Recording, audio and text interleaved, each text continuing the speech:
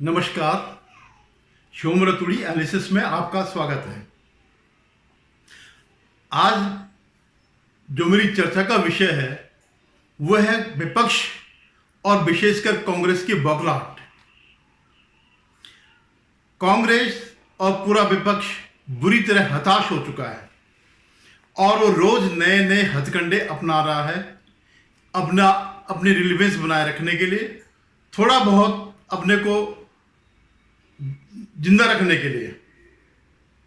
तो इस विषय पर मैं आगे चर्चा करूं उससे पहले मेरा आपसे निवेदन है कि आप मेरे इस चैनल को सब्सक्राइब करें, शेयर करें और इस पर कमेंट जरूर करें, अपनी राय जरूर व्यक्त करें कि क्या जो वर्तमान स्थितियां हैं, चुनावों की जो वर्तमान परिस्थितियां हैं, वह किस तरफ जा रही है। तो इस पर आप लोग जरूर कमेंट करेगा और चैनल सब्सक्राइब जरूर करेगा। धन्यवाद। अब मैं आता हूं मुख्य विषय पर। अभी कुछ दिन पहले, 2-3 दिन पहले एक वीडियो शेयर किया विपक्ष ने और वो जो है डॉक्टर यानी एडिटेड वीडियो था और इस बात की संभावनाएं चुनाव से पहले ही मोदी जी ने व्यक्त कर दी थी कि आने वाले समय में डीप वो फेक आईडी जैसे करके इसका एआई का सहारा लेकर के बहुत कुछ समाज में, सोशल मीडिया में जो है गलत बातें प्रचारित की जाएंगी, प्रसारित की जाएंगी। अब हुआ क्या? अब सारे मुद्दे तो इनके खत्म हो गए। राहुल गांधी के दक्षिण से उत्तर की यात्रा खत्म हो गई, पूर्व से पश्चिम की यात्रा खत्म हो गई, रिजल्ट कहीं नहीं मिला और न कोई मिलने की संभावना है। तो उनके पास रटे रटाए शब्द हैं, अगर 400 जीत गए तो संविधान खत्म हो जाएगा, डेमोक्रेसी खत्म हो जाएगी, आरक्षण खत्म हो जाएगा। भाई अगर आरक्षण खत्म होना था तो ये सरकार तो 10 साल से सत्ता में है, क्यों नहीं आज तक इस पर कोई वो हुआ? और इस देश में कोई भी सरकार हो, कोई भी पार्टी हो, आरक्षण की खिलाफत नहीं कर सकती है। ये एक सच्चाई है, वो चाहे बीजेपी हो, कांग्रेस हो और कोई अन्य पार्टी है। और कांग्रेस ने तो इसमें प्रयास किए हैं, उन्होंने हिंदुओं का आरक्षण कम करने की कोशिश की है। आंध्रा में, कर्नाटक में ओबीसी में मुसलमानों को आरक्षण दे करके और आरक्षण को बढ़ा करके भी, आरक्षण की सीमा बढ़ा करके और संविधान से अलग आरक्षण को बढ़ा करके, जो कि सुप्रीम कोर्ट की संवैधानिक बेंच ने जो एक रोक लगाई 50%, उसको भी तोड़ने का प्रयास किया, लेकिन वो संभव नहीं हो पाया। तो कौन आरक्षण खत्म कर रहा है? यही लोग खत्म करना चाह रहे हैं, कांग्रेस ही खत्म करना चाह रही है या कांग्रेस के सहयोगी दल खत्म करना चाह रहे हैं। क्यों करना चाह रहे हैं? क्योंकि उनका एक वोट बैंक है। उस वोट बैंक को बरकरार रखने के लिए, उसको मजबूत बनाए रखने के लिए वो चाहते हैं कि इनको भी संविधान से हट करके इनको भी आरक्षण दिया जाए, क्योंकि उनको पता है कि इसकी प्रतिक्रिया नहीं होनी है, हिंदुओं पे कोई फर्क नहीं पड़ेगा, एससी पे, एसटी पे, ओबीसी पे अगर उनका आरक्षण कम करके दूसरे समाज को दिया जाएगा। तो ये प्रयास कौन कर रहा है? यही कर रहा है, विपक्षी ये कर रहा है। तो हुआ क्या कि इसी पर एक अमित शाह ने एक वीडियो, एक जगह भाषण दिया, जिसका वीडियो बनाया गया, जिसमें उन्होंने कहा कि इन सरकारों ने, कांग्रेस सरकारों ने आंध्र प्रदेश और कर्नाटक में हिंदुओं का आरक्षण काट करके उसे मुसलमानों को दिया, ऐसी ओबीसी में जो है वो आरक्षण दिया और कई जगह 3-4% बढ़ा दिया, 50% से ऊपर जा करके। तो शाह ने यही पूछा कि भाई जिसका वो काट रहे हैं, किसका काट रहे हैं? अगर 4% अगर एक्स्ट्रा दे रहे हैं तो हिंदुओं का ही कटेगा। तो उन्होंने कहा कि अगर ये हुआ तो हम उस आरक्षण को खत्म करके और उसको एससी, एसटी और ओबीसी में बांट देंगे। और दूसरा ये, कर्नाटक में हम केवल कानूनन जो लोग इसमें शामिल हो सकते हैं उन्हीं को रखेंगे। तो इस वीडियो को डॉक्टर करके, इस वीडियो में काट छांट करके, इस वीडियो में अपने शब्द भर करके जो कांग्रेस ने जो इसको उठाया, इसको बनाया, उसमें ये लिखा गया कि हम ओबीसी, एससी और एसटी का आरक्षण खत्म कर देंगे। और ये वीडियो वायरल हो गया। ओरिजिनल वीडियो की जगह पर ये वीडियो चलने लग गया और इसको जो है पूरे कांग्रेस सिस्टम ने जो है उठा लिया। इस हद तक कि जो रेवंता रेड्डी हैं तेलंगाना के मुख्यमंत्री, उन्होंने भी इसको रिट्वीट किया, यानी उन्होंने भी सहमति इसमें शामिल करी। तो नेचुरल रूप से ये एक समाज में एक सद्भावना खत्म करने का प्रयास था। देश में जो है असंतोष, अराजकता करने का प्रयास था, और वो भी चुनाव के टाइम पर, ताकि जनता भड़के कि ये जो है बीजेपी आरक्षण खत्म करना चाह रही है और हिंसा हो। इस ढंग से, इस उद्देश्य को लेकर के, मतलब वोट प्राप्त करने के अलावा इस विषय से, इस उद्देश्य को लेकर के ये वीडियो सर्कुलेट किया गया और इसको उठाया गया। तो यही जो है, तो अल्टीमेटली जब बीजेपी को पता चला तो उन्होंने इस पर एफआईआर दर्ज करी और उसकी गिरफ्तारियां शुरू हो गई। जो यहाँ पर गुजरात में एक नेता जो इनका वो था, मैं भी नाम भूल रहा हूं, उसके पीए को भी गिरफ्तार कर लिया। जिन ने इसको उठाया उन सबको जो है गिरफ्तारी हो रही। और रेवंता रेड्डी को, जो तेलंगाना के मुख्यमंत्री हैं, उनको भी दिल्ली पुलिस ने तलब किया है, क्योंकि वहां पर एफआईआर दर्ज हुई है कि आप आकर के सफाई दे कि आपने ये क्यों किया, क्या आप इससे सहमत हैं, क्या जो आपने रिट्वीट किया है इस तथ्यों को आपने जानबूझ करके किस उद्देश्य से इसको आगे फैलाया। ये जो है चुनाव हो या चुनाव के पहले हो या चुनाव के बाद हो, ये होना बिल्कुल कानूनन जुर्म है और इसको फेस करना पड़ेगा जो भी इसमें शामिल है। तो ये इनकी कॉन्स्पिरेसी है। तो ये दिखाता है कि अब इनके पास कुछ नहीं रह गया। अब इस तरह से ही जो है ये मनगढ़ंत, उलूल-जुल, झूठ, फरेब, ये सब फैलाएंगे। अब मैं आपको दूसरे इश्यू पे आता हूं। जो एसडी देवेगौड़ा हैं जनता दल सेक्युलर के, तो उनके पोते हैं प्रांजल रेवन्ना, उनके बेटे के बेटे हैं, वो हासन सीट से एमपी का चुनाव लड़े हैं। उनके कई वीडियो अभी अचानक चुनाव के एक दिन बाद ही आने शुरू हो गए, समाज में आ गए। इस बीच वो जैसे उसको पता चला वो भाग गया। तो उस बात को आरोपित कर रहे हैं मोदी जी को कि आपने प्रचार किया। भाई आपने क्या पहले इस बात को बताया था? वो तो उनका पार्टनर है, अगर बताया होता तो वो बिल्कुल मना करते। लेकिन आप क्यों चुप बैठे थे? आप चुनाव तक क्यों चुप बैठे थे? इसके पीछे क्या राज था? और ये वो पार्टी है जिसके साथ आपने सत्ता शेयर करी थी और ये तब के ही वीडियो है, और जिसके साथ आपने लोकसभा 2019 के चुनाव भी लड़े हैं। और उसमें जो सिद्धारमैया हैं वहां के मुख्यमंत्री, उन्होंने भी समर्थन किया, उसका प्रचार किया। तो वो प्रचार गलत था, वो प्रचार सही था और ये प्रचार गलत है। लेकिन प्रश्न ये है कि आपने, जब आपको पता है ये बातें, तो आपने चुनाव होने के बाद क्यों किया?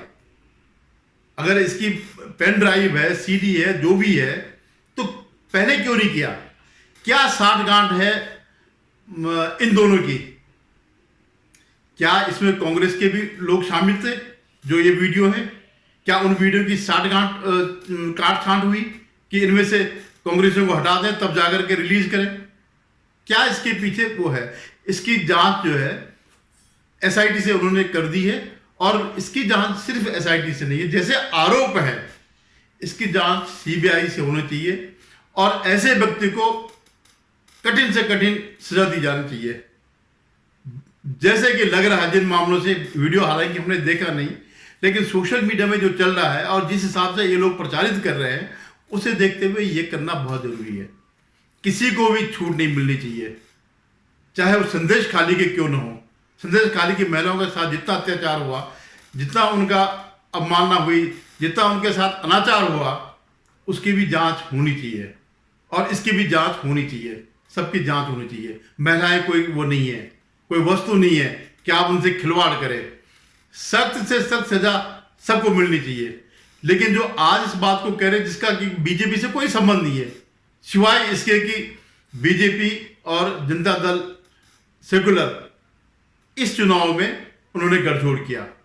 2-3 सीट उनको मिली है, केवल 3 सीट शायद जेडीएस को मिली है, बाकी सीट पर बीजेपी लड़ रही है। तो इस बात को लेकर के जो अब ये प्रचारित कर रहे हैं, सबकी जांच क्यों नहीं होनी चाहिए? और आप साबित करें कि इसमें वो मोदी जी को पता था तब भी उन्होंने उसके प्रचार में गए। वो तो उनके पार्टनर थे तो प्रचार में जाएंगे, लेकिन ये बात पहले क्यों नहीं बताई गई? अगर आपके वहां पेन ड्राइव है तो एक दिन का नहीं, 4-5 साल पुराने, जब ये दोनों कांग्रेस और जनता दल सेकुलर जो है इनका गठबंधन था, ये गले हुए लगे हुए थे, सारे के सारे जो है बीजेपी के खिलाफ थे, तब के ये इनके वीडियो है। तो आपके 1.5 साल से तो सरकार आपकी ही है, क्यों नहीं आपने आज तक इस बात की जांच करी? आपने एसआईटी गठित कर ली, पहले क्यों नहीं करी जब आपको पता था, आपकी सरकार को पता था? तो इसके पीछे क्या राज है, ये जरूर खुलना चाहिए। और तो ये भी एक हताशा का प्रतीक है। अब मैं तीसरे किस्से पे आता हूं। प्रमोद कृष्णन जो कांग्रेस के बहुत बड़े नेता थे और प्रियंका गांधी वाड्रा वाले धड़े के नेता थे, जिनसे राहुल गांधी घृणा करते थे, लेकिन वो प्रियंका के सिपा सलार थे। उनका 1 साल पहले का एक वीडियो आया आरक्षण पर।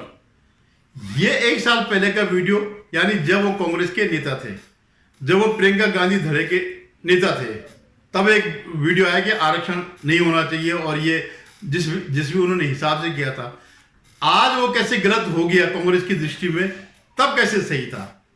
क्यों नहीं आप लोगों ने? इसका मतलब आपके दिल में वही है।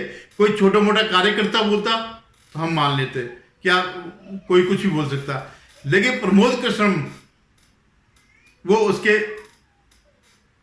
बड़े नेता हैं कांग्रेस के, और विशेषकर प्रियंका गांधी धड़े के सबसे बड़े नेता हैं, इसीलिए उनको कांग्रेस छोड़ के जाना पड़ा। तो ये इनका पाखंड दिखाई दे रहा है। आज कह रहे कि साहब प्रमोद कृष्ण ऐसा क्यों कहा? तो जब कहा तब तुमने क्यों नहीं किया? तब तो तुम्हारे नेता थे वो, तब क्या दिक्कत थी तुम्हें? इसका मतलब यह है कि आपकी पार्टी में कहीं ना कहीं इस बात की सहमति है।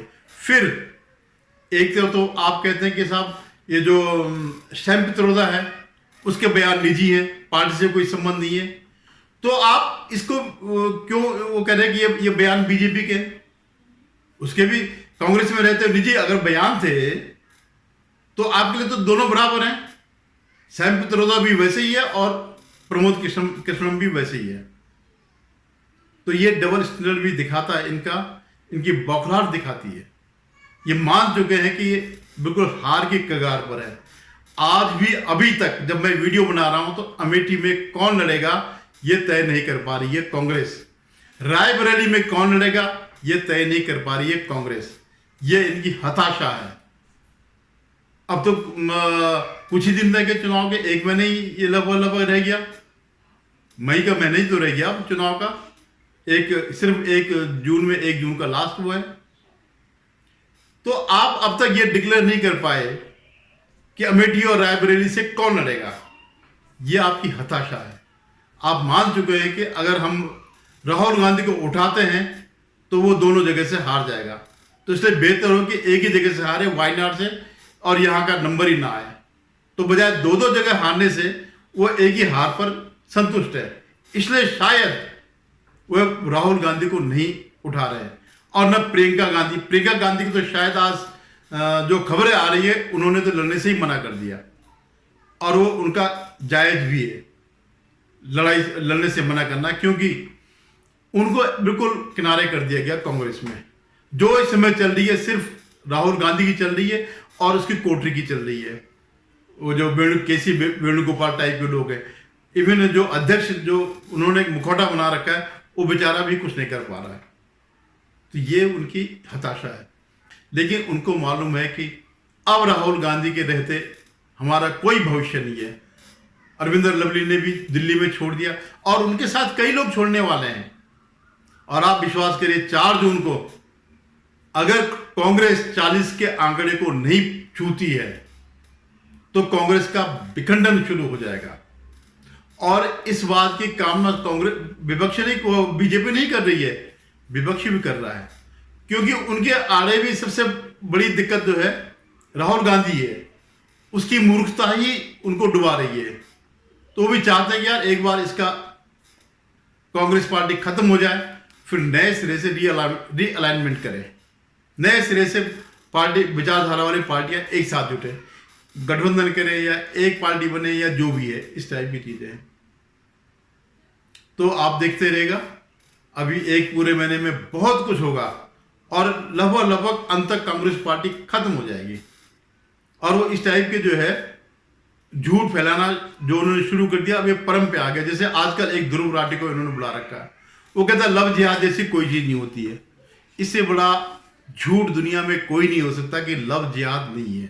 रोज के रोज हिंदू लड़कियां मारी जा रही हैं, रोज के रोज, एक दिन भी ऐसा नहीं जाता है कि जिस दिन नहीं मारी गई है, सबके सब मारी जा रही है।